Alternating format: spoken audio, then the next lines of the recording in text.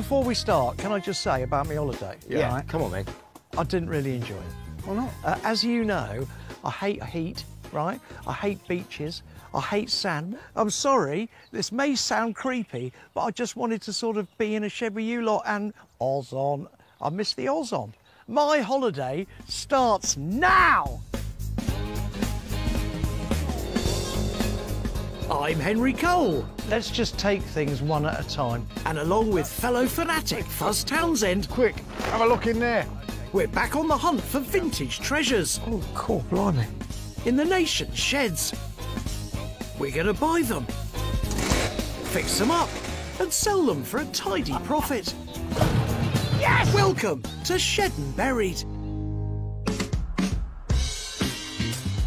We're on our way to Hertfordshire.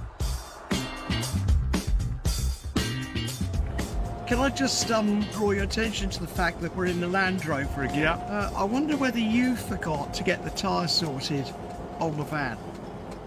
It's my fault. It is. It's all my fault. It is. I knew that was going to happen. Yeah, it is. Brilliant. Thanks a lot. But at the same time, the chances are, I feel, that we might be buying a car, so we don't need the van anyway. Right, do you want to know what's going on? Yeah, go on then, tell me. Okay, so we're going to Nir, is his name. Anyway, Nir, it seems, collects slightly wacky vehicles. Yeah. Yeah. And the odd motorbike. Okay, very cool. Whether we come back with a car, a bike, or another flat tyre, who knows? But Boreham Wood, here we come. And I can see already, it's not your typical shed. So, Nir, how did it all start then, this collection of stuff? A love for classic cars. Is that what it Literally. was? Yeah, just love for classic cars. Olivia, what do you reckon about his obsession about classic I'm the cars? most patient wife on the planet. Oh, yeah. Like, he'll say, oh, something's coming delivery-wise, or he'll just send me a picture or something, and I think he's winding me up. And then I see, like, this crazy car driving down the street and parking in, I'll drive again, which I can't park in myself. Just a cursory look. It's quite a, you know, It's an eclectic mix. I like anything that Dear. it's special. Yeah. That's why he and married me. rare. Yes. Yeah. Is it? Is So it? what is the most eccentric thing that he's bought? I mean, The airplane. Oh, don't forget the aeroplane, come on. I mean, stop. that's Aeroplane. just No, wait a minute. another story in Aeroplane. itself. Sorry. Yeah. aeroplane. Talk to me about an aeroplane. Here, in this. Yeah, it's a microlight. Have you ever flown it? No. Did you ever think you might actually make some money out of selling it? No. So why did you buy it? Something Actually, I to don't know why do. I'm asking. We're going to have a rummage, all right? Yeah. We'll just have a look around, No problem. right? And then we Enjoy. might call you in for a few things. Yeah, okay, but the big question is everything for sale? Everything is for sale.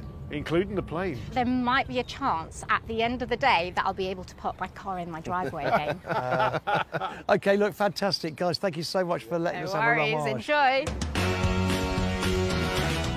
So more of a driveway than a shed, but here we go. Shall we start with something relatively absurd? Now look, is this a Subaru? Yeah, it is. With a winch on it, in camo? It's full of stuff. What stuff? Well, in fact, there's another Henry here. There's a Hoover? A Hoover, yeah. Is there?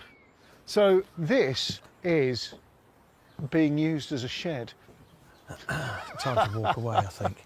Come now, on, should we have a little look underneath here? That looks like a motorbike. It does look like a motorbike. Well done, Henry. Okay, come on then. Yes, you know your stuff, don't you, sir? Yeah. That's about as far as I get, so- though. Oh, here we go. Oh, wait, two covers. It's like pass the parcel. It is, isn't it? Well, you do that one. Hang on, this one's a waterproof one. What's happening Here we here? go. We're getting there now. Somebody's going to get the prize. Oh, my God. There we go. Get it over the exhaust. And what have we got? All A right. Gixxer. The Suzuki GSXR, or Gixxer to its fans, is a legendary bike. First produced in 1985, it was billed as the essence of motorcycling, reduced to its purest form. This one, a 600cc model, has seen better days. It's got a cracked fairing. So it's been down the road? Probably has, yeah. Yeah, but there's no abrasion here or here. No. So perhaps it's been crushed. It doesn't look Yeah. heavily used, does it? You know, No, it looks pretty clean. yeah. Seriously, straight away, that is an eclectic mix, isn't it? It is, yeah. We've got a crack fairing GSX 600. Yeah. and we've got a ridiculous 4x4 Subaru. Life can only get better. I think that's great. Can't it? Should we have a look, see what's underneath there? Because let's. that's very tall. Come on. It looks like it's got a feature radiator at the front. I think it's something old. Is it? When I said this collection was eclectic. Come on then. Okay, hold on, wait a minute. We didn't come out of it. Right. Ooh, look at this. Oh, mate, hang on a second. It's very old and it smells lovely. It's a bit Thanks. like you, yeah. It's a Citroen. It's a Citroen? Yeah, and it will date from some time, probably in the first half of the 1920s. Let's have a quick look under here. There we go. 4-cylinder, flat ahead. I mean, it will be, by modern standards, ponderous. Let's get Nir in, shall we? Nir, come over here. Yes. He reckons it's a Citroen. Tell me about this. It's a right and drive. Yeah. Manufactured in UK. When did it last run? About 3 weeks ago. Oh, really? Okay. Yeah. This bike? Yes. When did that last ride? 2007. How many miles has it done? 2,900 miles. Wow. Yeah. It's like brand new. Blimey. Yeah. Apart from the cracked fairing. Yeah. Well, Yeah. I've got one. You got one? Yeah. I've got one. Yes. Yeah. It's lovely. Well, look, we'll keep pushing on. Yeah. But that's a lovely thing. Yeah, it is. All right, we'll Beautiful. speak to you in a bit, mate. Okay, thank you. That's right, and you've got to stick that nose out a long way before you start going around the corner. Yeah, well, of course. Yeah. But I suffer from that anyway. I've noticed, sir. Come on then. Right. Let's keep going. Let's get back out in the rain. Okay. Sticking to the American theme, there's this winged wonder, which is almost as long as the Aerobus. It's not a Thunderbird, is it? No, this is a Lincoln Premier. Oh, Roger. So we're talking sort of late 50s, I reckon. And this has clearly had Yeah. a recent paint job. Available as a hard and soft top, the Premier was Lincoln's answer to the Cadillac. 5.6 metres long, it weighed in at over 2 tonnes. Look, I have to tell you, if we had time on our hands, that is a great project. There's just something about American style. It exudes the kind of sort of aerospace kind of sort of period, you know, that sort of Yeah. astronauts and planes and Yeah, absolutely. just this massive hope post-war that life was going to be great. That's right, and petrol was going to remain cheap. Of course. You know, there was no such thing as electric cars. No. Oh, yeah, man. Just think of a future like that. It's very cool, but it does need a lot of work. Only a 2-door as well. Yeah, it's beautiful, man. It's a lovely thing to save. OK, so let's go through it. There's a Gixxer 600 over there that's possible. Yeah, the Yeah. Citroen B14 Torpedo. That's lovely Yeah, it is. for the right price. Yeah. And we've also got the limo. Didn't Neo mention something else? What was that? Do you remember? Very early on. A plane? Yeah, but, you know, What? you like to We're gonna take buy a punt, don't you? Don't be an idiot. Come on, let's go and see now. Talking of the plane, Nia has been trying to tempt me by sending some snaps to my phone. Obviously, he too thinks I'm totally crazy. Look, I think what we should do is just get a sighting lab. Okay. First up, with just some prices. Where should we start? Why don't we start with a big yellow taxi? That one is 14,000. Okay. Talk to me about the Citroen. This one is 8,000.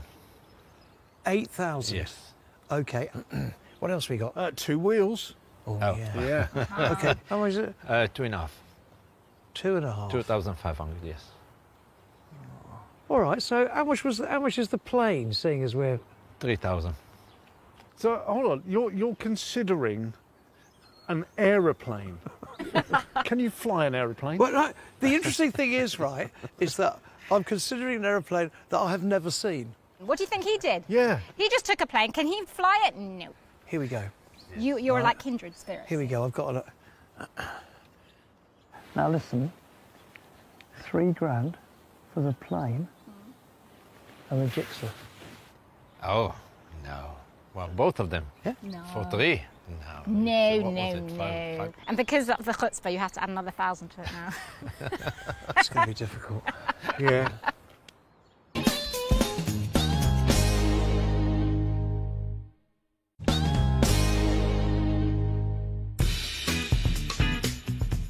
in Hertfordshire with Nir and Olivia haggling over a Suzuki Gixxer and a mystery plane. £4,000. Oh, come on. Come on, I'm the Olivia. one you have to shake hands I know. with. There we go. 4,100. 100. No, 100. no. All right. Yeah, okay, good. Okay. All right. 4,000 is. Oh my God, what have I bought? Next day, back at the shed, we find out. Gixxer, 600, 2000, I think, 2001, something like that. Now, the thing that you don't know about it, it's only done 2,900 miles from you. Wow, that's amazing. Now, this cost me £4,000. Right. This is worth about 2.5. So he's overspent. He has. He's been done as usual. He's been Bought done. something else, hasn't he? He's hiding from us. Have you? Perhaps you'd like to step this way and I'll show you my other purchase. It arrived last night, but I'm still coming to terms with it. It's just in this big shed here. Ready? Yeah, come on. And here it is, a 1980s British-built microlight biplane. That's so cool. I'm horrified, Al. That's brilliant. I I love don't it. like flying. It's got wheelbarrow wheels. Yeah, so it was £4,000 for the pair. I think that's an absolute bargain. Well- It's like a really big model aeroplane. I'm hoping that it doesn't start. And on that positive note, let's get back to the Gixxer.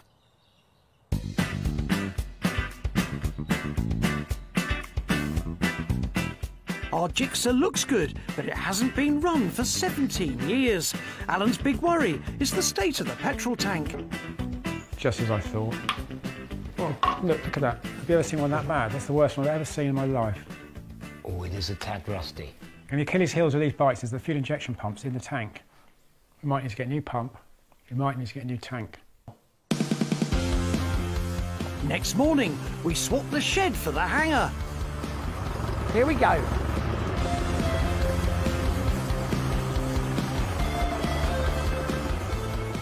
Should we just open it up, see what we got? Yeah. And then, you never know, we might just get it going. A microlight is a small plane built to carry no more than 2 people. Oh, yes, baby. Look at that. It was designed to have foldable wings for easy storage and towing, but to be riggable in a matter of minutes. Wingspan is 6.4 metres, weight unladen, just 120 kilos. Oh, what do you reckon, lads? It's just truly amazing. What a wonderful piece of kit. So what's the plan? See if we can get it going. The next stage is easy. It's just an engine. Petrol on, got spark, turn it over, it's going to start up and rev. Yeah, but Al, it's an aeroplane. I don't like the fact it's coffin-shaped. Yeah, you've got a point, mate. Alan Biggles Millward. Alan, I hasten to add, has done just 1 hour of flight training, but as ever, nothing phases him. Right, first thing I'm going to do is turn on the fuel to the on position. I'm going to squeeze this bulb to pump the fuel from the tank to the carburetors. You keep pumping it until you feel it goes firm, which has just gone firm now. So now I'm going to check for leaks at the front. There's no leaks at all, so that's good. Just One. get out of the way anyway, in case. I know it's off. We prime the engine by giving the propeller 4 turns. 4, right, should we try it? And then Alan mounts up. Right, we have contact, ignition is live. It's been nice knowing you, Al. What about me? I'm the one who's going to get the old meat slicer. Huh? Get your hands out the way when you I do will. Is it on? it. This makes me very nervous. It might take several turns. Now, hang on, you've got to turn it off now, haven't you? Yes, you're right. Mag off. Mag off. What are we doing now? Right, mag on. Oh, that sounded better. No. Okay. Oh, that was knackering. Should we try some easy start in the carburetors? Yeah. Skid gives the calves a quick spray of Easy Start, and we go again. Yes! Yes! Alan! Mate! Alan!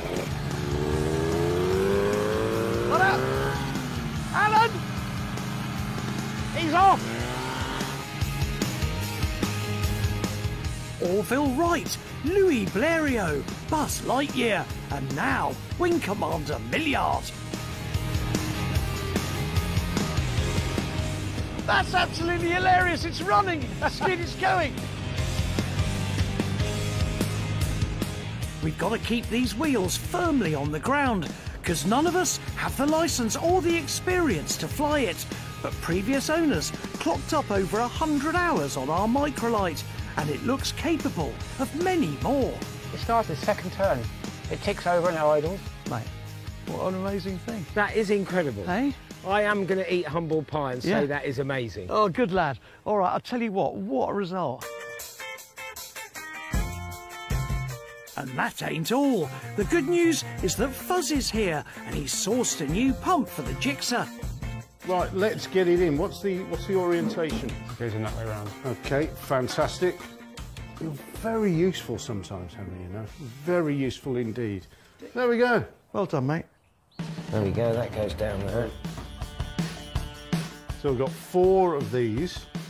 The other good news is that we've got a punter, a Gixxer fanatic called Paul, who doesn't care that it's not quite finished and wants to come this morning. Here's hoping. He's here. Look. Mate, come on in. Look, I'm sorry it's slightly disassembled. Do you like it? It's only done 2,500 miles. All right, as described to you on the phone. Now, also, obviously, before you even contemplate buying it, which I'd like you to do now, actually, I will take it for a test ride, and it will be riding beautiful. Love it. Proper bike. Proper bike. There's a Suzuki fan for you. It's 2.5 grand, 2,900 miles from you. Almost fresh out of the showroom. Yeah, almost. Yeah. Okay, he's going to get on. What do you want to do? guys. 225. Oh. Shake his hand. Oh, yeah. Happy days. Happy days, Henry. Good. All right, look, I'll get this sorted for you and then have it delivered and sent to your room. Happy days. All right? Yeah, marvellous. Thank you, Cheers. Paul. Thanks, boys. Thanks, mate. See you, mate. All See right. ya. Yeah, see you later. Yeah. That's good. Apparently, Henry's going to get this sorted. But what happens if this doesn't work? You've got some explaining to do. You're haven't going to you? have long arms and short pockets. This better go. Go on. Hang on. Okay. Yeah.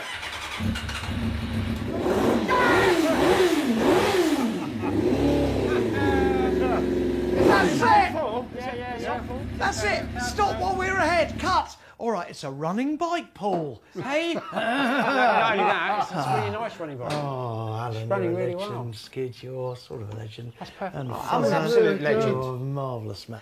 Can I just say, that is a revelation. All we need to do now is we put the seats on, the little fairingy thing on, and the wing mirror, and then I'll take it for a test ride, and then, oh yay, cash money. Over the next hour, we reattach all the panels, drop in a new screen for the fairing, fit a new seat and mirror, and give the whole thing a quick polish. Well, come on then, after all your hard work, Now, look at that beauty. Paul is going to be over the moon. Cheers. Cheers. We're in the money. Yeah. Hey? Yeah. Nice. I might just take it for a little test ride. I think you should.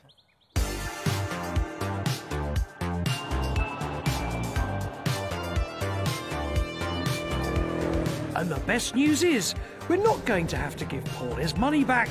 This bike is glorious.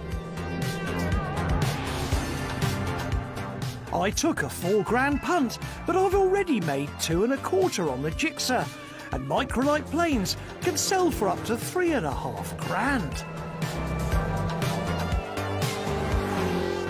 Oh yeah, Paul's going to be well happy with this. Oh, I'm proud to sell it to him. He's going to love it. 2,900 miles. Blimey, for 2 1/4. It's a steal. He's got to sell that plane. But I reckon that'll be pretty easy too. It's what they call in the trade again. NLE, man. Nice little earner.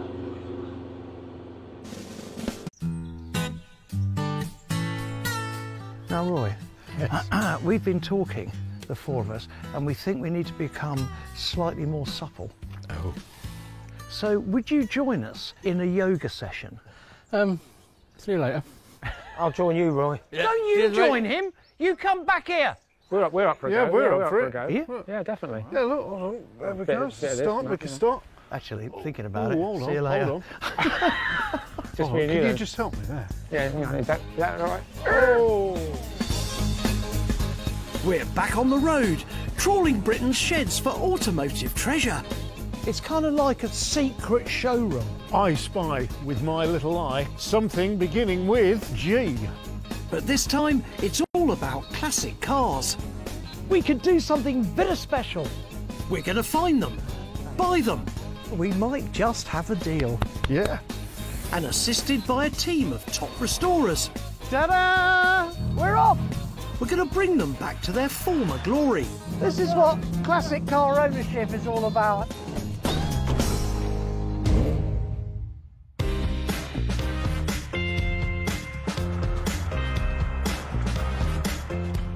I like driving my Austin 12.4. When you're doing 20 miles per hour in the vintage car, it feels quick. Oh, yeah. No, I think that's what it's all about, isn't it? Yeah. I mean, like, if you're in, you know, our beach buggy or something like that, you know, it's 50 miles an hour is like 250. Yeah, that's right. Anyway, come on. Where are we off to? We're going to go visiting a lad called Tony. Yeah. He services, for a living, horse boxes. But as a hobby, Yes. he collects various vehicles, I'm told. Fabulous. If he's got horse boxes, he's got a big place Yep. in which to work on them. That if is he's got a true. big place in which to work on them, there's going to be an area of that big place which is going to be stacked out with goodies. Yeah, you know it makes sense. And I'll tell you what's even better, there's only 5 more miles to go because he is in Gloucestershire. Whether we come away with an old nag or a thoroughbred classic car, who knows?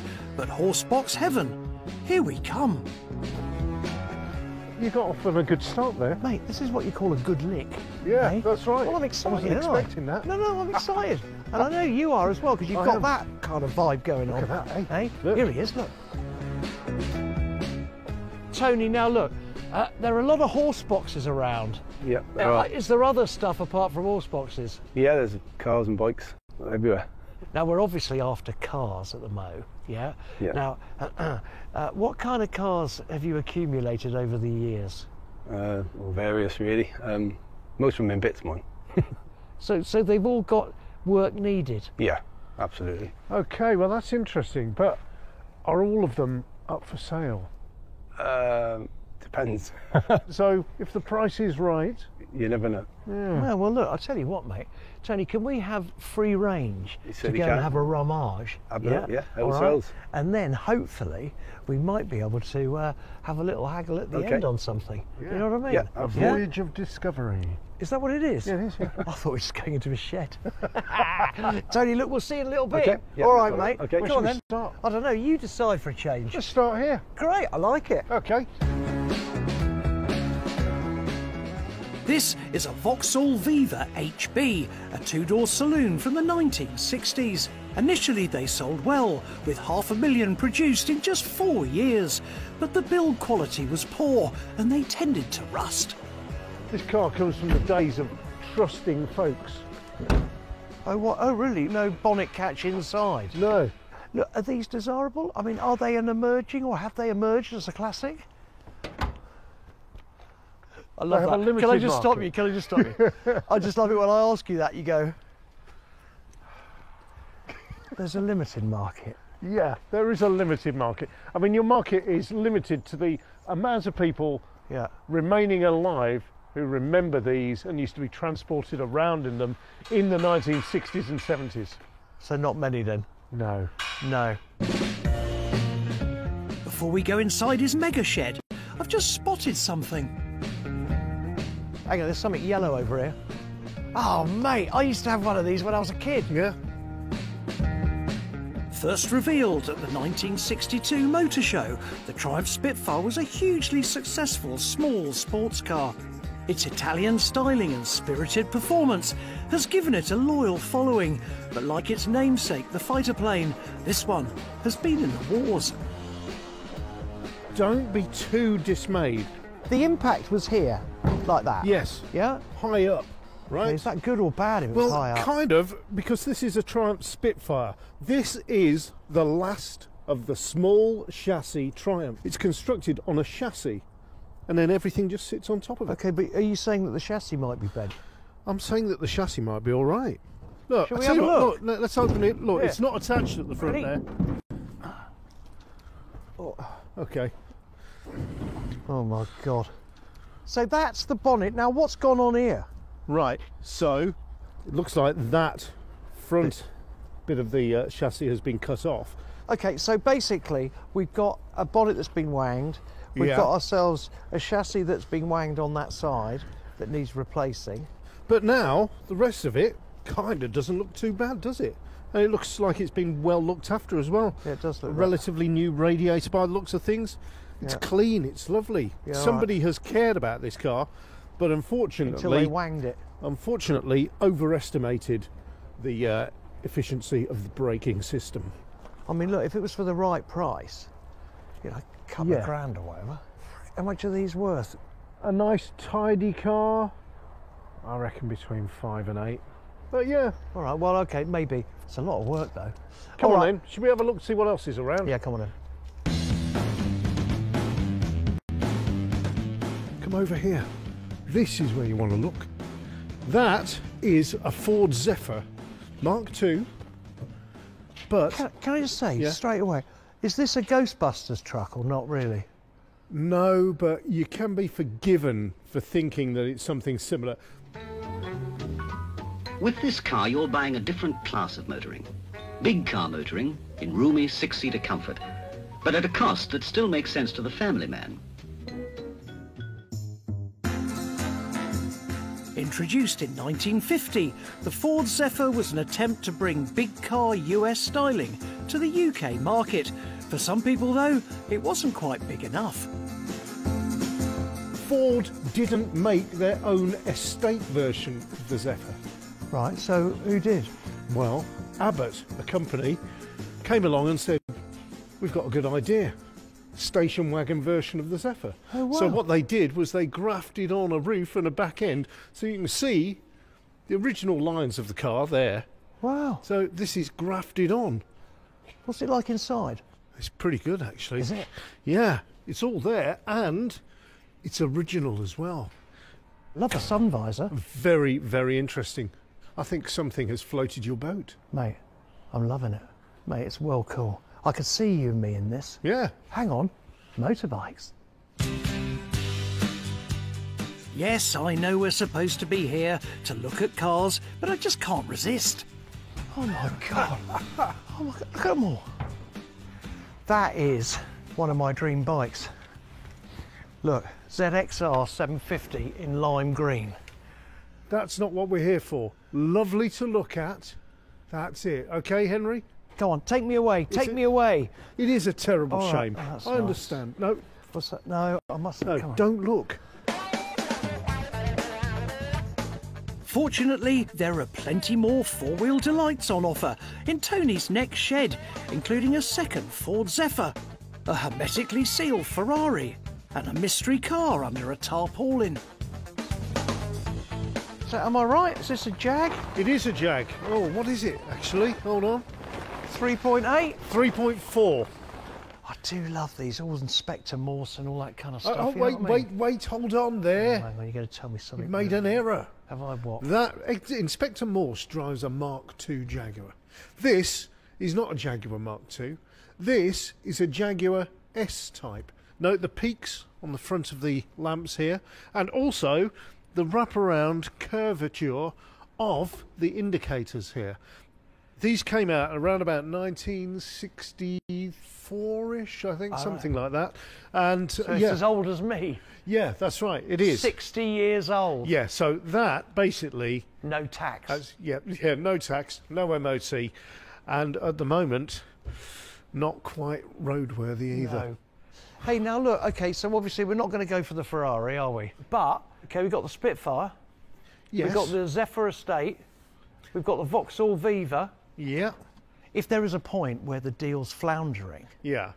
we could throw in a motorbike, an amuse-bouche. There, okay. Should we go and see Tony for an amuse-bouche? Very good idea. Come on, mate. Come on. Now, Tony, should we just get a sighting lap, shall we? Vauxhall Viva? That's customers, unfortunately. Ah, Oh, well. good start. A little further down, Triumph Spitfire 1500. Yeah, that's for sale. What happened to that? Had a bit of coming together with something, I'm not sure exactly. Do you reckon the chassis straight? I think it is, yeah. Luckily, they're a low-down car, and the chassis is very low down, so all the damage is up the top. Yeah. Let's just hope the price is low down. What do you reckon on that then, Tony? About 3.5. All right. Let's talk about, what's it called again? There's the Ford Zephyr Oh, yeah. with the Abbott Farnham conversion on the back. No, I'd probably hang on to that for now. All right. 2.5 grand for the Spitfire. I'll meet you halfway on the Spitfire. What? 3. What about 3.5 with a ZXR 750? Perhaps we could do a deal on that, the green one. Not at the moment, I don't think. 2,850. No, I'll go to 2,950 on the Spitfire, that's it.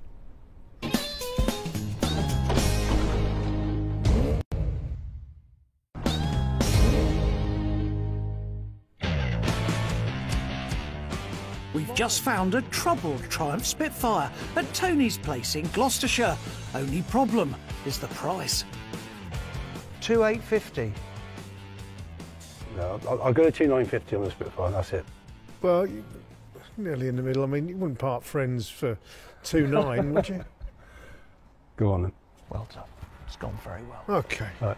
Thank you so Thank much, you. Tony. Next day, back at the shed, time to unveil our new Spitfire to squadron leaders Millyard and Willison.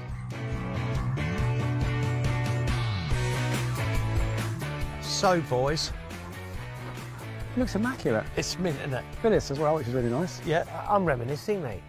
My first proper car was one of them in that colour. Really? You must remember. I had a remember. yellow. Well, I think mine was a 1300 with overdrive. That says 1500. So Can I that is- stop you? That is the Sprauncy model. Yours was a 1500. Oh, was it? And so was mine. Oh, was it? I had a maroon one, Yes. yeah, and you had a mimosa yellow. I had a yellow one, but I had it sprayed mimosa because I drove it somewhere I shouldn't have done. What, And Morocco? it was knackered when I got back. In fact, the rear wheels on mine were angling more than those. I was going to say it's got slightly squiffy wheels. Mine had holes in the floor, which I thought was air conditioning. Oh right, Yeah. okay. You could see the road going past. Yeah, underneath. the only problem when it rained, obviously, it was more than air conditioning. Yes. Yeah, that's Just got right. me foot wet. A bath. Yeah, a bath. Exactly. So this angle is the good news. Step this way. Okay, so nice, not so nice. There is a reason why we got it for a mere bagatelle. Can I also draw your attention to the driver's door? Will that tap out? That'll tap out. That's an easy fix. Fuzzer. Yeah. Do you think on your travels, while we're obviously getting it going and messing about, Yes. yeah, you might be able to find us a bonnet? Do you know, I think that's a definite possibility because these cars rot very, very badly. But one of the bits that tends to survive better is the bonnet area. Let's designate the roles then. You're on the hunt, Yep. right? What are you doing? I'm going to reminisce while Alan's spannering. I hope he's got some earplugs. Yeah, yes. While Fuzz goes shopping, we take a closer look, first checking the boot for any spare parts. Mate, there's bits here. All right, okay. There's a grill All right. and another one, and there's more to come. As well as bumper ends. There's a radiator grille. And the missing front corner. Sort of. Can't reuse that, can we? I don't think you get a new one. All right, okay, I'll tell Do you some what. research. Leave it with me. Okay, and all that piece right? there as well. And that as well. I will find the new bits. Okay, and all that- right? and that piece must be And I'll important. tell you who will be able to help me with that, Yeah. seeing as he's looking for a bonnet, is Fuzzinator, all right? So I will converse with the Fuzzinator on whether we can get new ones of these as well. Inventory check over. Time to inspect the mechanicals. See if it runs. Yep. See if we've got a clutch. See if we've got brakes. Well, I have actually had a quick sneaky sit in the car. And? The clutch pedal stays down. Yeah. The brake pedal won't go down. It sounds as if one or both of the master cylinders are seized. Guy takes a hot air gun to the brake cylinder to try and free it up. The pedal's free, it's just that the master cylinder's not moving. That's C solid. A rubber hammer's a little more effective. Yeah. There you go. It's just jammed down now, like the clutch. Oh no, but the piston's not coming with it. It is a little bit. But even with a squirt of oil, the piston in the brake cylinder is locked solid, and so are the brakes. So all in all, it's cost us. So the brakes are going to need a lot of work. But what about the engine? Have you tried the engine at all since we got here? No. It might just work. Or Nothing. Yeah, there will be. it might not. Go on. Wait, it's doing nothing. The battery's absolutely totally flat. New battery in. We try again. Oh, What's wrong with that? fired straight away. Yes! Yes! But not quite. Yes! Yes! Yes!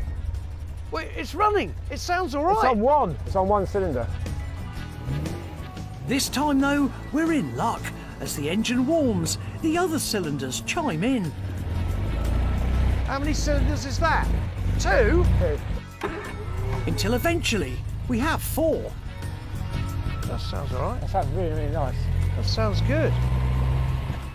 So hopefully, if we actually took it for a run, it might do a bit more. So the engine's good, but there's plenty of other work to do and things to buy. And Fuzz has just returned with our first item. All right, guys. All right. What? Have I got news for you? Do you want to come and have a look round the back? Come on then. Got something for you. All right. Right, come on then. I'm very excited. Look at that! It's even yellow! It'll still have to be painted, but touch wood, the new bonnet will fit perfectly. Right, come on then, let's hop it out. Push yourself out. Hold on. You got it? Yeah, yeah. Steady. Oh no, Right. I'm getting old. Now come on then, explain yourself. Fuzzer, Oh, it's red underneath. It's mint condition, there's no rust at all. it looks as though you've had a result. £375. It's just a shame the paint's flaking off it a bit. Otherwise, it could drop straight on, almost. Before we can fit it, first we need to repair the chassis where the bonnet is hinged. That's where Fuzz's second purchase comes in. Look what Fuzzer's found. Hey! This is a Spitfire chassis. Yep. Can I just tell you, this is going to be your saviour. It is, we've got this whole piece in one Because piece. this whole piece is there. Yep. And did you find it local, Fuzz? Well, it wasn't too far away, but you know, anything you need, I can get it for you. Yeah. Now, before you get excited, can I just tell you, if you want to buy a new one of these, Right, they're 1,500 quid. right. Fuzzer, because I know he rang me because I got to pay for it, 375 quid. That's not bad, is it? Just one thing I have noticed, What?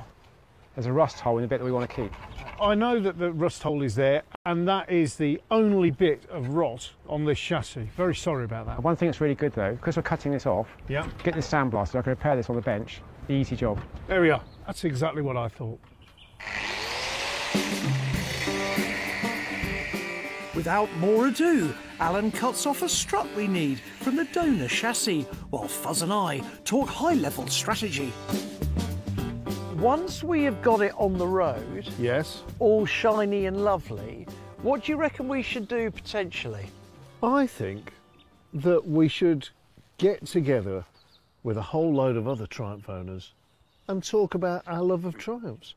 So you're saying basically we get involved with the community of Triumph owners? I think that's a good idea, and then we can pick up a few hints and tips. They can have a look over our car, we can have a look over theirs. From distance? From a good distance, Yeah. Well, will you go and sort out a, would you call it meet and greet or not? No, a I wouldn't get call it- together. yeah, I'd just call it, just a meet-up. just a moment. Would you promise me one thing though? Go on. I don't want it to be sort of illegal in a car park somewhere with someone in a GT6 wheel spinning all night long. Don't worry, it's not going to be like that. You promise? It'll be very genteel. It's Triumph owners. Okay. I know, but you never know. There might be the odd flyboy. Will you wash that up for me? Yeah, all right. Once Alan's got his pound of metallic flesh, he makes sure it'll fit neatly. All I've got to do is scratch a line there nicely, cut that with a saw. Is it literally like that? Weld it on. Job done. Perfect. Before he can fit it though, Alan has to make good the rusty sections. He grinds away the corrosion, cuts out a cardboard template, and then fabricates a metal patch and bends it into shape. Then, after welding on a second patch for the other side, he's done. That's the bottom of the strut repaired now, nice and strong, so now we can try and get it back on the car. Most importantly, get it in the right position on the car. Off comes the stump. And then, after a lot of checking and measuring, 65 just over. he welds on the replacement strut. Spot on, 28 inches. I mean, I wouldn't think anything less, Al. I'm quite pleased actually, it's come out really good. So tomorrow, we could attempt to at least offer up the new bonnet. Definitely, it'll fit straight on. Let's hope so. Well done, mate. That's fantastic. So the restoration is coming on well, and Fuzz is on the hunt for a venue. But will our Spitfire ever be smart enough to show to the Owners Club?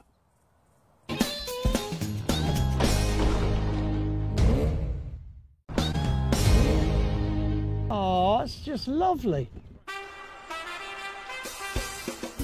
All we need now is a venue for our Triumph meet, and I've just had an idea. Now, come on, Fuzz. All right, go on then. Look, this is the reason why I think we should base our little soiree here. Say hello to the classic motor hub, a temple to the automotive art, which our Spitfire aspires to join. Now, Fuzz, perhaps you understand now, right, why we should have our little gathering here. Yeah, absolutely. How do you think? This place is spot on. Well, it's steeped in British cars for sale. That's right, yeah. Look at that E-Type. What's that over there? Lagonda. Yeah. What else have we got? Aston. Rolls-Royce, Aston. But don't you reckon this is great? Yeah, absolutely spot on. What an amazing place. OK, well, look, you organise it. And next week, we'll be here. All right. Yeah. Coffee? Nice find. Yeah. Meanwhile, back at the shed, His lordship isn't around, which means, Al, we're not going to be interrupted. We won't be hassled, which will be nice. The only thing is, we won't have a steady supply of tea. But the good news is, I think we'll get an early finish, because we'll just be able to do it in our own time. Alan reshapes the bent door with some pliers, and then they start on the bonnet. Biggest issue is getting all the hinges in the right place when the bonnet shuts. All door gaps are correct, and this gap all across here is correct. But let's get it on and have a go. You know what, Al? I think the chances are about 1,000,000 to 1 of every area lining up perfectly. I think we're going to have to juggle and go for a happy medium. So chocks away, let the fun begin. The bonnet hinges sit inside the two struts at the top of the chassis. The bonnet. Oh, shut it. Yeah. Right, let's get the bolts in. That's looking really good. At first it goes well. Watch your fingers, Al. What we need is it to twist that way.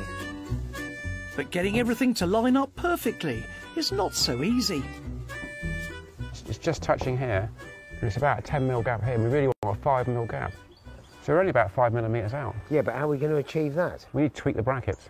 Oh, we've actually getting the gap. Over the next hour, they heat and tweak. And heat and tweak. But the bonnet comes from an American spec Spitfire, so it's never going to fit perfectly. And we're going to have to just split the difference between all the gaps and panels.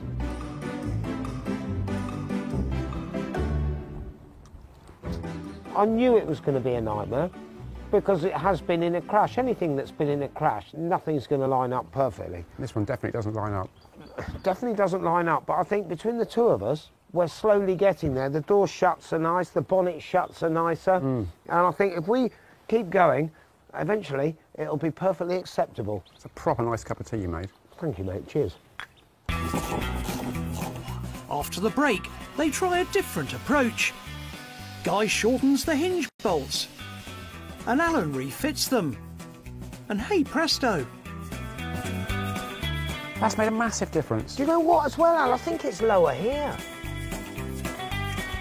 I'll tell you what, Al, from here, this looks fantastic, and it's that thing, like we said all along, a compromise, just try and equal all the gaps. We've now done that. I think we're happy with this. We can move on to the next stage. I think that's fantastic. Well, I guess we're ready for paint then. Yeah. Wayne's our local painter who specialises in classic cars. He starts by taking a heat gun to the bonnet to strip off the old paint. This is the way I like to do it, to get it down to the point where we can take over with a machine to finish it off. And all we're doing is just heating up the panel, and then it just, as you can see, it just scrapes off so easy. As you can see, it's been painted many of times over the years. So we're going to take the whole lot off and start again. While Wayne gets on with it, back at the shed, we've got a visitor. Henry! Oh, it's Matt!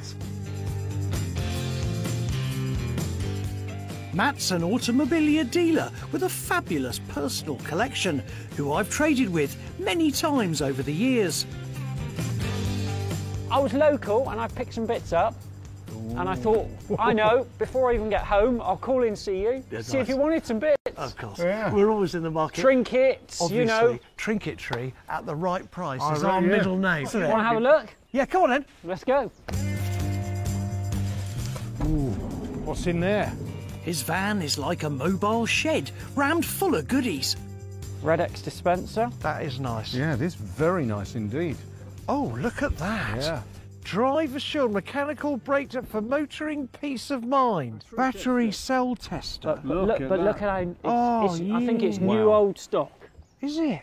Wow. Look at that, yeah. Oh, hang on, he's got something big and beefy now. Ooh. I think he's got another oil dispenser. Now, I really love those. We used to use those on the buses, you know. Those are great.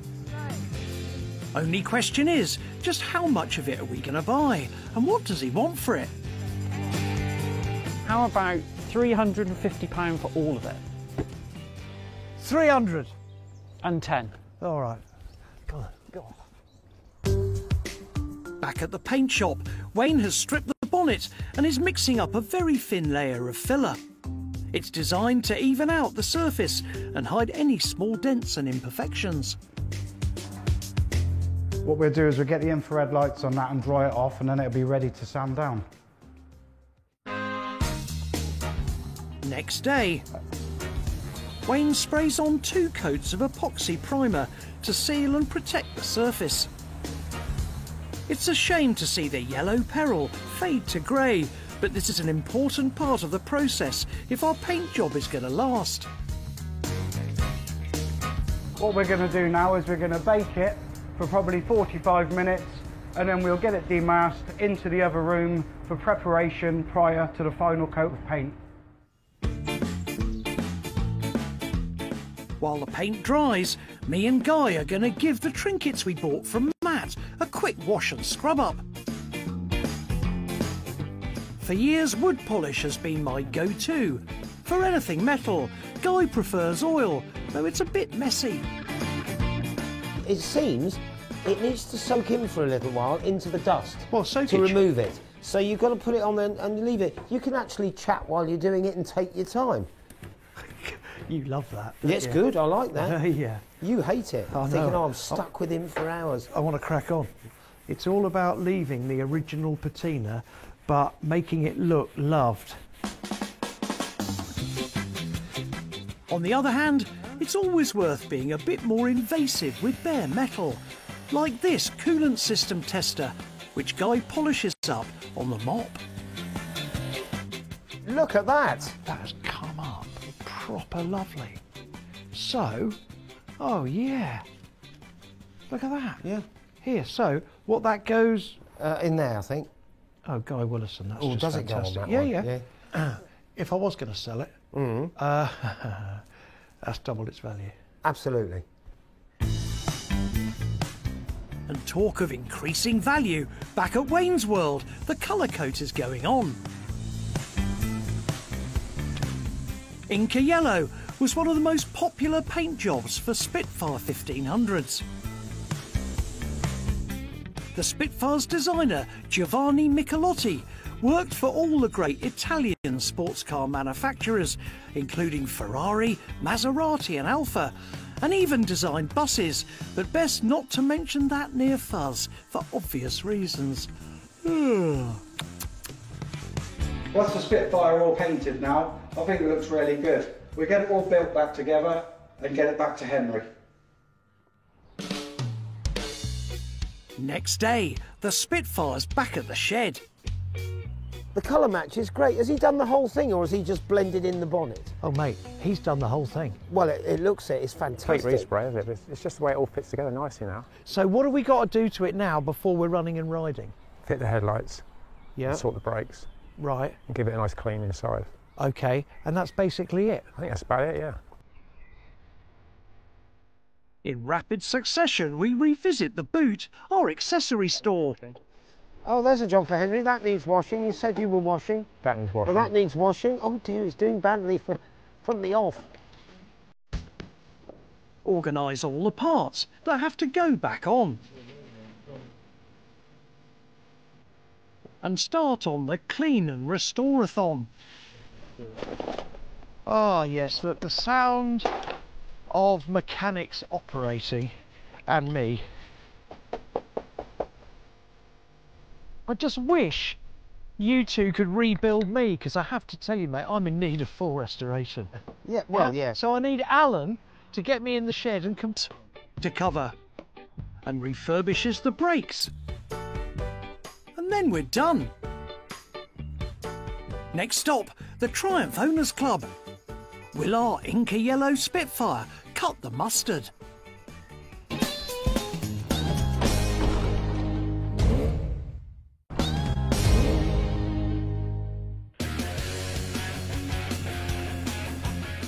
Three months ago, we took a chance on a classic Triumph Spitfire that had been in the wars. Oh my God. Don't be too dismayed. We cut it, welded it, painted it, and showed it the love. Now the day has come to unveil it. Now, Fuzz. Yep. I hope you're going to like this, mate. Come on, let's have a look. Come on. No, I know. Let the dog see the rabbit. Look, you stand about there. Okay. All right, and me and Alan will grapple. We've got to get it right. You ready? And... Oh! Hey? Now that is absolutely banging. What a great job. Well done, Al. The colour's really nice, isn't it? Yeah, and you managed to line everything up because they're so difficult. It was sometimes. a real struggle. Isn't that great? Henry, just one thing. Yeah. There's a little something missing. What do you mean? Oh, the stickers. Yeah. We forgot to put the stickers on. The stickers. Oh. You know, it just finishes it off. I know that that's not your job. That's his job. But where do they go? Yeah, exactly. I thought you'd put them on. No, I thought Guy was doing it, actually. The guy's not here today. He's washing his hair. Who would have thought that had had a big old my nose? Yeah. Like that. Just don't underestimate how much work has had to go in to get that bonnet to fit on in line, and I think it looks great. Well done, Al. Thanks, Fuzz. As for you, stickers. We'll have to find and fit those stickers later, but next stop, the Triumph Owners Club at the Classic Motor Hub. Hey look, the sun is shining. Let's saddle up, shall we? The hub's about 15 miles away, the perfect distance for our first road test. We're in the cockpit of the Spitfire, Alan's playing wingman on a Triumph T100 motorbike. I've got to tell you, straight out of the box, Yeah? I think it's going rather Oh, nicely. what have you said? You shouldn't say How many things like times? that. This is the shakedown run. What's I've that? got to tell you that on a shakedown run, you don't say anything like that. I'm not to saying a anything. car. The Spitfire was marginally more expensive than its British rivals, the Austin Sprite and the MG Midget. But many more were built, with a total of around 315,000 manufactured over an 18-year run. Hard tops were available, but most, like our Phyllis, were soft tops.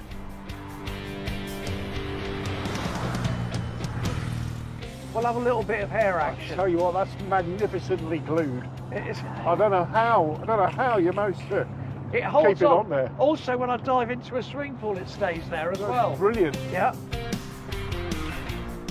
Our Spitfire 1500's top speed is in theory 100 miles an hour, about the same as the T100 motorbike that Alan is riding. But for its first drive out, we won't push it too hard. This is going all right, mate. I mean, Yes. what are we doing, 40? 30 now. All right, Now 30. we're in the city limit. Later this afternoon, we've got dealer Chopper Roy coming round to value it and maybe even buy our Spitfire. But first, it's time to meet the Triumph Owners Club.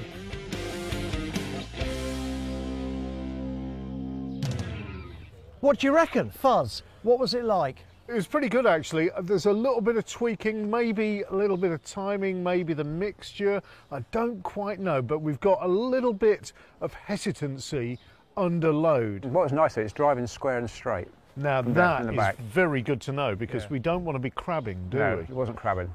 Well, look, I can't tell you, for a first time out, I think that ride's really nice. And hopefully, Chopper Roy will give it good valuation. I'm sure he will, because it's lovely and shiny. Yeah. Meantime, feast your eyes. Hey, some kindred spirits. I know. Hey. Today we've got the Triumph Owners Club out in force with a squadron of post-war Triumphs, including Andy's Mark II Vitesse. It's such a lovely thing to drive. You poodle about the countryside and people wave at you, it's wonderful. Vicky's 1993 TR7. It's a car that I've always wanted because I am a child of the 80s. A nice wedge-shaped 1980s car. And Paul's Triumph TR6. So how long have you had that baby? I bought this one in 2011 and I haven't done a thing to it basically. Yeah, but at the same time, what's great about being part of a club, though, is that if you wanted to do something to it, I'm sure there'd be people like Clive who'd nip round and give you some advice, perhaps help out. Don't tell him that. Oh, every time we go anywhere, he tells me what I should buy. Yeah. He spends my money. Is that what happens? Yes. Yeah. Well, Clive's the one that does things. I'm the one who makes the tea, just like you do. Oh, really? Good lad. All right. Sorry, That's good, Paul. sorry. Did you say makes the tea? Don't think, though, that all these cars are garage queens. Richard's Triumph Stag has done 160,000 miles. When I was working, I used this every day for work. Really? Brilliant. Yeah. Wow. Doing 15,000 miles a year, and it's Mate, a really good car to drive. It's a driver's car. And what a colour as well. That's what the 1970s is all about, really, isn't It it? is, isn't it? Yeah. And what do they call this purple? Or do they call it a lavender or something? No, it's called magenta. Oh, magenta. Yeah, I like it's that. a bit like your bathroom suite, isn't it? Yeah. Oh, you've got a point. Spitfires are, of course, well represented. Charlie's got a Mark I from 1964. So she's 60 years old this month. I know Not that much. because I You am. got Yeah. And right. I've got to tell you, she's looking much nicer than me. She's weathered the storm, or have you restored her? No, I can't take credit. She got restored about 25 years ago. Right. I've owned her for about 3.5 years and I've just done general maintenance work. And it's known as the round tail, so it's got the different shape at the back. Right. And it just gave me that 60s vibe, which was what I was after. Neil and Pat are proud owners of Coco, the Boston Terrier, and this vermilion red Spitfire 1500. What's it like living with a Spitfire? Very easy. It's a great classic to live with. The bonnet lifts up, as you know, so you can get to absolutely everything. So all around the engine bay is very, very easy to do basic maintenance on, and underneath as well. Simple ladder chassis, so it's all very, very straightforward. So it's a very nice classic to live with. Today there are about 20 Spitfire Mark 1s still on the road, and around 2,000 1500s. And with our Phyllis back up and running, it's great to feel we've added one more and joined this illustrious club. Triumph, probably the most loved of all the British car marks. Yeah, right. Yeah, put together, really. And motorcycle marks as well. Of course. But all in all, it's a Triumph. So it's great to meet some kindred spirits. But what is our Spitfire going to be worth when we sell it? Later that afternoon, we find out when Chopper Roy pops over. We bought it for $2,900 and spent another $3.5 grand on the paint job and the parts. Come on in here, look. Quick sweetening. Oh, look at this. Oh, there you go, there you go. Let's put a tenner on it. Thanks so much. Yeah. Now, basically, we've had to do a Wayne respray on it, get a new bonnet, sort it all out. It's done 69,000 miles from new, which we think is okay, don't we? Yeah, yeah. It drives beautifully. Lovely little engine, isn't it? Yeah. Interior's good. So what do you reckon? I would say that there's a couple out there for really, really strong money, but I would put that 10 to 11, as ever. You can come down, but you can't go up. So we could be, well, what did you say, 10? Yeah. Around that? Yeah. We could be in for $3.5 grand profit. Yeah, that's really good, isn't it? SPQR, mate. Brilliant. Small profit. Quick return. Yeah. I'm on Shed and Buried. We're down on the farm in Worcestershire. Chicken coupes. That's what you do with a Hyundai, isn't it? Turn it into a chicken shack. Agricultural vehicles. Spud car, because it looks like a potato. And a farmyard that seems to be growing. Escorts and Capris. Explain to me the love of Escorts. I've got to get into it. I'm Henry Cole and this is my great mate Sam Lovegrove. We're passionate about classic vehicles, so we're on a mission to find vintage treasures in the nation's sheds. We're going to buy them, fix them up and sell them for a tidy profit. Oh, yes! Welcome to Shed and Buried.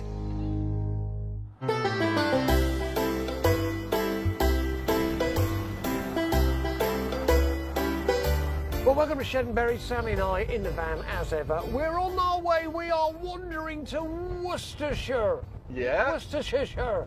The geezer's called Mike. Yeah. Right. He's into Ford Escorts, Capris, all that kind of caper. But he's also got a fair plethora, mate. A fair plethora of other gear. Because the problem with Mexicos and Capris is on our budget, we're going to need a dustpan, right? Yeah. To sweep it up. Yeah. Yeah, I can imagine. Is it rural? Is it out in, what is it, where they live? It's a yard in the middle of nowhere, supposedly. Do they do their own cheese? Don't think they do they? Yeah, isn't it double Worcester? No. That's double Gloucester, you fool. Dr. Foster doubled his Gloucester and everything came up cheesy. His wife said, "Doctor, what are you doing? It's making me dreadfully wheezy." I love it. Yeah. Any more? No, I can't think of any more. That just rolled out. So whether we come back with an Escort Mexico, a cheese of dubious provenance, or something entirely different, who knows? But we're just getting into Worcestershire, and it's already looking pretty saucy. Nice. Wow. Mike, before we start, talk to me about the dog and the sheep. Are they best mates or what? I think so. It's a bit of a love-hate thing going on, I think. Is there now? I think they really enjoy each other's company. Do they? It's rather like me and Sam, actually, isn't it? Hey? Hey, Mike, so what goes on here? We're surrounded by Escorts. Well, I really specialise in import. Is there anything apart from Capris and Escorts? There's a few other trinkets about, I'm sure. Oh, I love the sound of that. Is everything for sale? I should think so, yeah. For the right price, it's all for sale. Oh, great stuff. Hey, Mike, look, well, we'll have a rummage around. We'll avoid the sheep. What's the sheep called? Midge. All right, we'll avoid Midge, and then hopefully, at the end of the day, we might actually have a little haggle. Great stuff. Great stuff. All right, mate, where should we start? Sort of over there? Yeah, why not? Make your way in there. Yeah, OK, see come on what then. you find. Lead on, Sammy. Yeah. Hey, look, we'll see you later, mate. Come on, Midge. Mike's yard might be a shrine to the Escort and the Capri, but we're much more interested in this 1960s Austin A40. It purports to be a race car. It's got numerals on it, and the wheels look as though they go really fast round race tracks. I don't think that makes it a race car. To me, this is an Austin A40 Farina. Oh, OK. Actually, Pininfarina design. The pint-sized Italian Battista Farina was famous for his work with Ferrari and Alfa, but in 1958 he turned his hand to something more modest, the Austin A40. Come round the back. I'm not sure that it's the first, but it was very, very early on to have a hatchback. Back seat folded down. That is really cool. Yeah, late 1950s this came out. And it was a baby version of the Austin, Cambridge and Oxford. You might laugh about the fact he was a Ferrari utilised designer, but this was quite clean, quite modern, and there's nothing outrageous or ugly about it. I'm not going to laugh about it, mate. It's going to be part of my sales pitch. Yeah, this great. was designed by the geezer who gave you all the iconic Ferrari models. Yeah, and the SD Rover. Put the boot back. I quite like it, actually. It's got a bit of character to it, but at the same time, probably pretty difficult to sell. So we won't be giving too much for it or offering, will we? No. No. Corporate, let's move on. We can't, however, avoid Mike's Escorts for long, no matter how cool we are about them. Explain to me the love of Escorts. I've got to get into it because I can't really see it myself. You know what it is? It's boyhood dreams again, isn't it? The Escort is what I'd call a driver's car. It's compact enough to manoeuvre in traffic, but powerful enough to accelerate safely when you want to overtake and cruise on the motorway. Introduced in 1968, the Ford Escort stayed in production for a whopping 33 years. As well as basic economy models, there was high-performance versions like the Escort Mexico. Mike's vast array includes a red 1100, perfect for the school run. Did your mum have an Escort? No, we couldn't afford anything as good as this. A bright orange Escort Mexico, perfect for going rallying. Well, you like to own cars in bad colours. Yeah, we don't need to bring that up right now, do we? And a highly tuned RS 1600, perfect for the boy racer everywhere. Competition-derived quick cars, really. OK. Are we in the market for one or not? Definitely not. Yeah, good. OK. I thought that would be the case. Shall we move on then? Because there's something over there worth looking at. All right. We're on the hunt. Oh, look at that! Do you know what? Those are the things my dad used to call spud cars. OK, come on then, talk to me about it, please. Austin A70 Hereford. Not far from home, this, is it? Spud car? No, it's... Because it looks like a potato. That spud car's going to need a lot more than a tune-up for me to go anywhere near it, but so far the pickings are slim. There's a hatchback that's seen a lot of hatching. That's what you do with a Hyundai, isn't it? Turn it into a chicken shack. Here come the chickens as well, mate. Is it a coupe? And a BSA ladies' bike that ain't quite a gold star. It's in your colour, look. What, lilac? Yeah, it's the BSA boutique. I mean, you can understand why BSA went broke, can't you? I'm beginning to wonder if we'll find anything we like. Ooh, gazebo. There's some number plates. Motorbikes! There's some number plates in that gazebo. In there. Will you be looking? Once we've gone beyond the clutter, there's a 1972 chopper. Lovely Mark II chopper. A late 70s Honda Super Dream. When I was dispatch riding, everyone would ride on them. And most intriguingly of all... Oh, I say! That's a little funkadelic. There's a Motorbicane. Motorbicane was for many years France's biggest motorcycle manufacturer. From the late 1940s onwards, they specialised in mopeds, eventually selling over 14 million of them. That looks unrestored. That's original paint. Look, it's got 6,540 miles on it. I was expecting it to say less, actually. Yeah, same here. But I tell you, that's quite a sweet little thing. This place is small, but beautifully formed. Just before we retire, I've spotted something else in amongst the Escorts and Capris, a 1982 Porsche Targa. I love them as cars. I had a few of these back in the day. Yeah, they're good. It's interesting now. It's nice shape, isn't it? It's got quite a large whale tail on the back, this one. We can have a go. Let's have a go. Hey, got a little bit of dry throat. Oh. Coffee? Oh, would you like a cup of coffee? Shall I get the kettle Thought on? you'd never ask. While Sam gets brewing, I take the motorbicane out of the shed, and then we get down to business. Let's have a think about the Farina Purina. Yeah, A40 Farina. Okay, do we want that? Again, for the right price? Yeah, it's got to be cheap, though, because they're very worthless. It's not a nice example. It's got to be 1,200 quid, 1,400 quid or something. That's it? Yeah. Okay. Now, the gazebo held a few quite nice requisites, didn't it? I've seen my share of rally choppers. The motorbicane is actually, it's actually really funky style, that one. I don't know whether it's a late one or a No, I like it, sports mate. model or I like something. it. It's in quite nice, unrestored, good condition. 500? Yeah. Yeah, fine at that. Okay, yeah, that'd be good. Yeah. Now, look, going up to that top car park. Yeah. Yeah. The only thing that really struck me was that Porsche. What's it worth if it was really nice? I reckon it's 35. Okay, all done. But it needs a respray and a complete go-through. So it's sort of 15 tops as it is? Max. Yeah. Yeah, nothing more than that. Okay. I've just got a feeling that perhaps we might have to emotionally prepare ourselves for nothing. Hang on. What? You're forgetting something. What? The BSA bicycle. Let's go and see Mike before I throw this coffee at you. Okay, now look, let's just start with a few prices, shall we? Yeah. Now look, just behind Sammy there is a little Austin. Yes. What would you be wanting for that? I would be thinking sort of around the £3,500 mark for that. Right, okay. Ouch. And the Porsche? A few cosmetics to do to that. I mean, be looking at sort of 25 really for that. Double ouch. Dare I ask the chopper? What money would that be? 1,500 quid would be lovely out of that for me. Looks like we might come away with nothing, but there is that motorbicane. And how much would that be? Sort of 950 really. I think it's quite a nice sort of condition one. At last, something. Yeah, what about 750 for the motorbicane?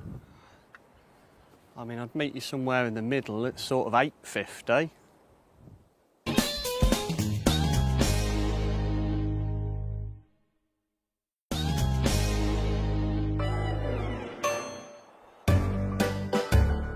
We're in Worcestershire with Mike Smith and his herd of Escorts and Capris. We can't afford any of his four-wheel wonders, but we are haggling over a rather bijou motorbicane moped. 800? 800. Go on then. Yeah? Yeah, Deal? we got a deal. It's a deal! We've got a motorbicane! What more could you ever want? Well, you know, an Austin Hereford with a roof chop, but we wouldn't want that. Mike, thank you so much. What a lovely day we've had, man. Excellent. And do you know what? You're easing me into the world of Escorts. Yeah, nice. Yeah, fantastic. Mike, that's great. How weird, surrounded by Ford Escorts, but we end up with a French moped. Next morning, we unload the van and ooh la la, the goods. Okay, so look, what are we going to do with this? I mean, look, it looks pretty mint, but as we know, because we've had stuff like this in the shop often, there are electrical problems. Yeah, I mean, it really hasn't run in a very long time. I had a little secret sniff of the petrol tank. Smells like off old leaded fuel. Blimey, really? Yeah. So leaded two-stroke mix? Yeah, I think it may be 20 years since it's run. So okay, all right. So good from far, but potentially far from good. So the key, obviously, with our little motorbicane, is to get it so we can cane it.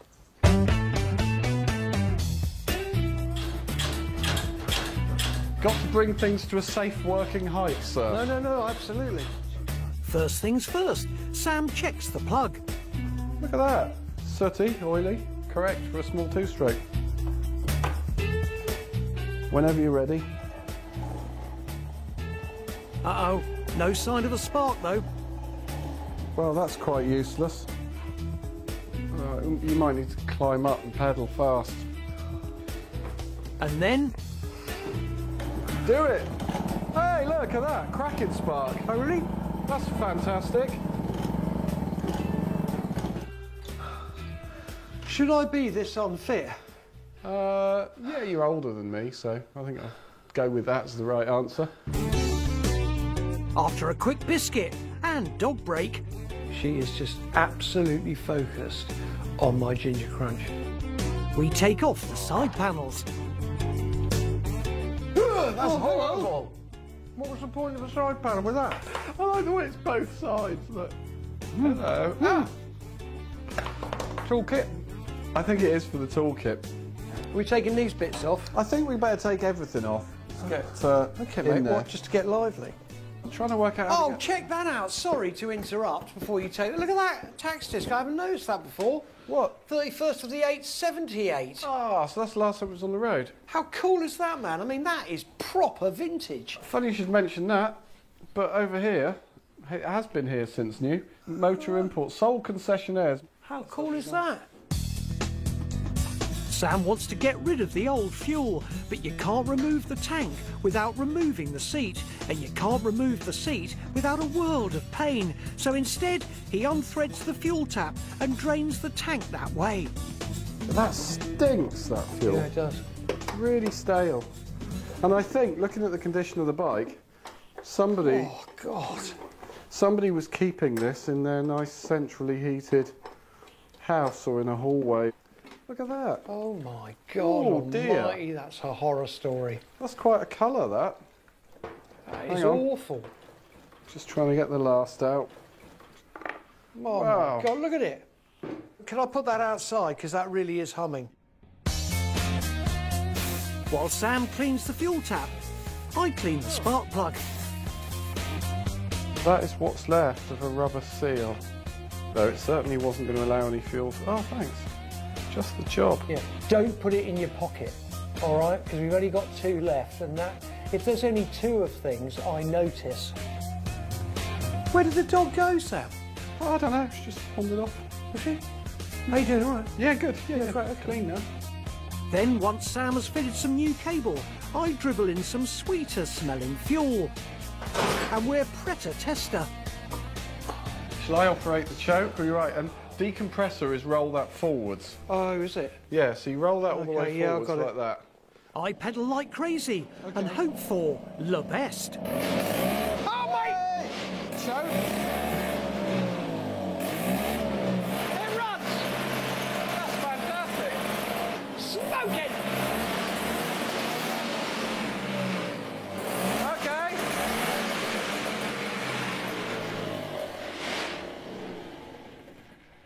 Nice. That runs.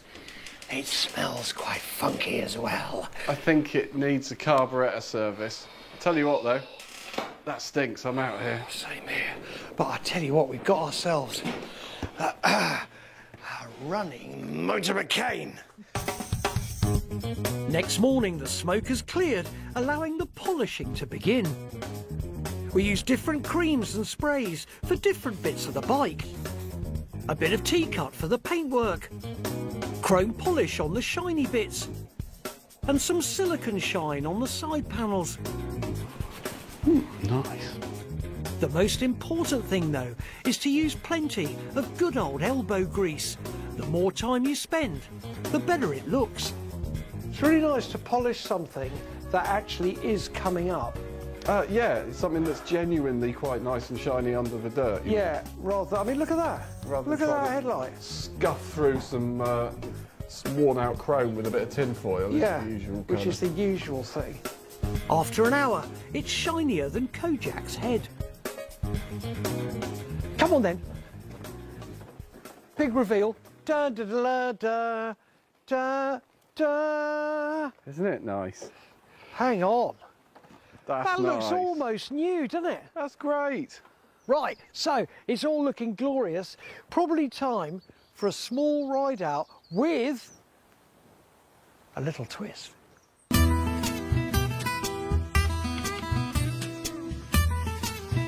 This is it, Sammy, the Motor Bacane ride out.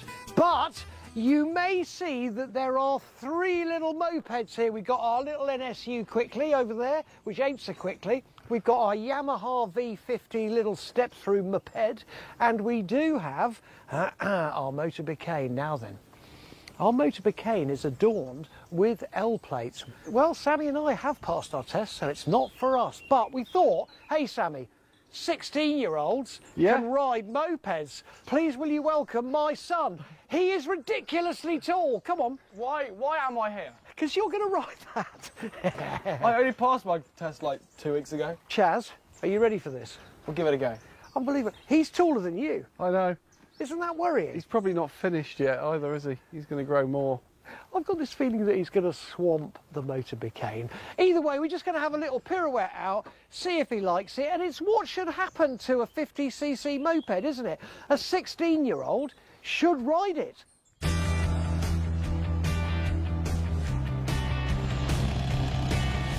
Sam has serviced the carburettor and the engine's smoother than Sacha Distel.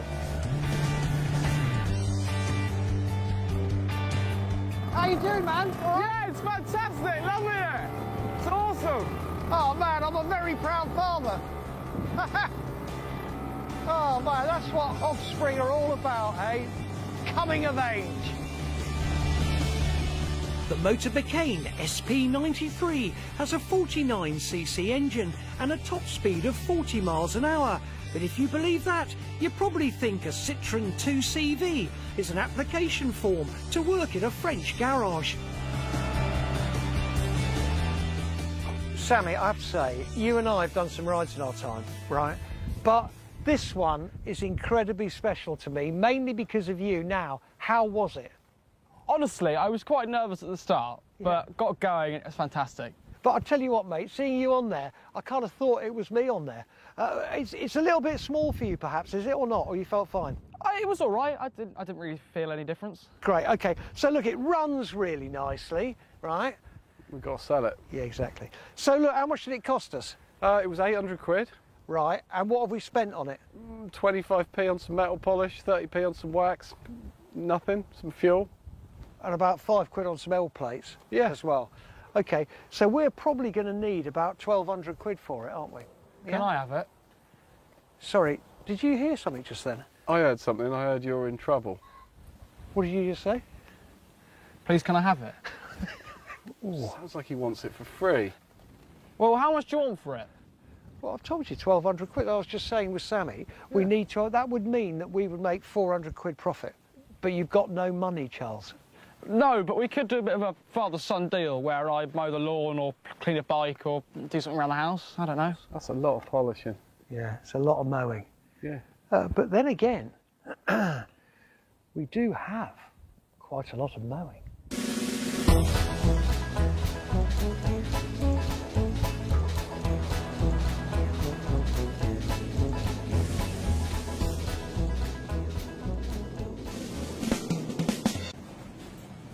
Chào tất cả mọi người đã quay trở lại với kênh Tô Tranh của mình.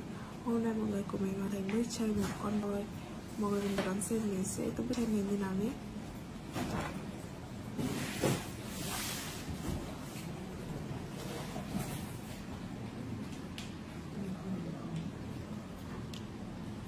Con tung một tím.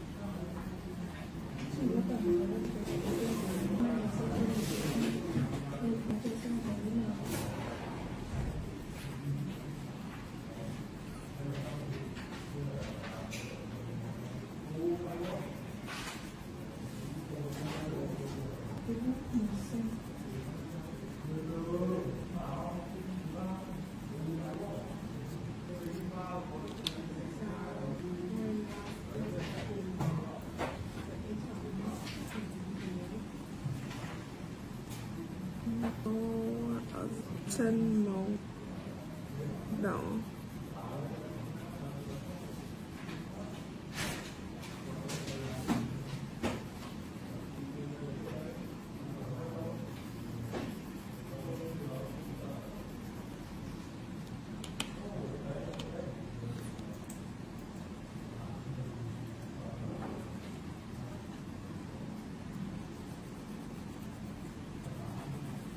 Tôi đang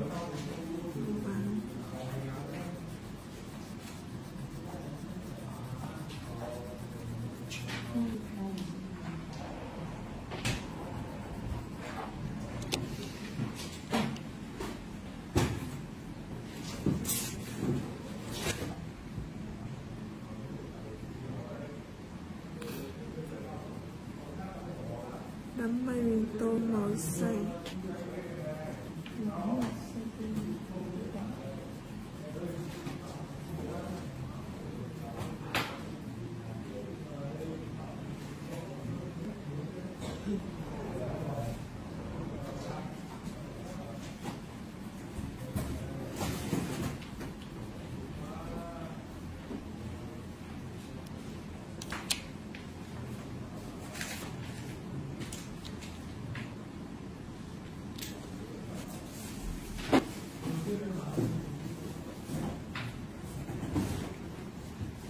Tôi màu nào?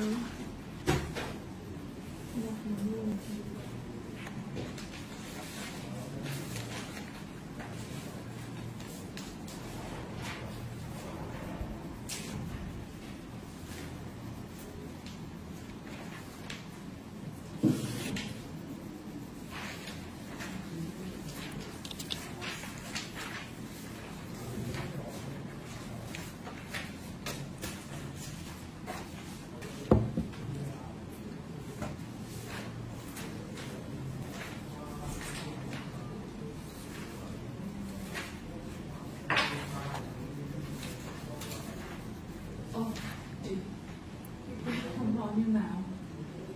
Tính đi. Tính đi. Sao tính kiểu gì? Tôi đơn mà. Cứ tính đi không rồi. Xem. Để chị xem. Rồi nhá, em chỉ nhớ mỗi cái hôm đi ăn mì cay với cả tiền cái này. Với cả tiền hôm đi ăn ốc. Bây giờ tiền ốc.